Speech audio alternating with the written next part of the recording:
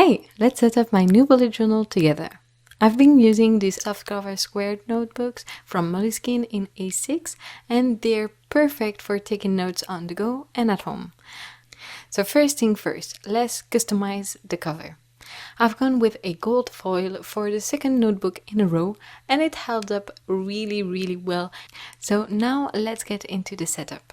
Since I've stopped doing plan with me videos and switched to A6 notebooks, I've been keeping it really simple and minimalist and it's been working great for me. So to set up, I skip the first page and then pages 2 to 8 are for my index. It's really basic, just a title, the page numbers and some space to write what's on each page. Then page 9 is my key page. I started color coding in my last notebook and had to create a key for the colors, so this time I decided to do it properly. Now let's set up September. Every month I make a small calendar on the right page and leave the left page free until the end of the month. Then I print a photo of the month using my Fomemo thermal printer and stick it there. Next, on the following page, I make a super simple calendar with 4x4 squares for each day.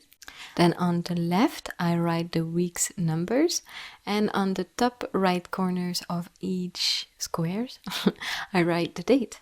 This is where I write events like birthday, for example. For instance, my mom's birthday is on September 15th.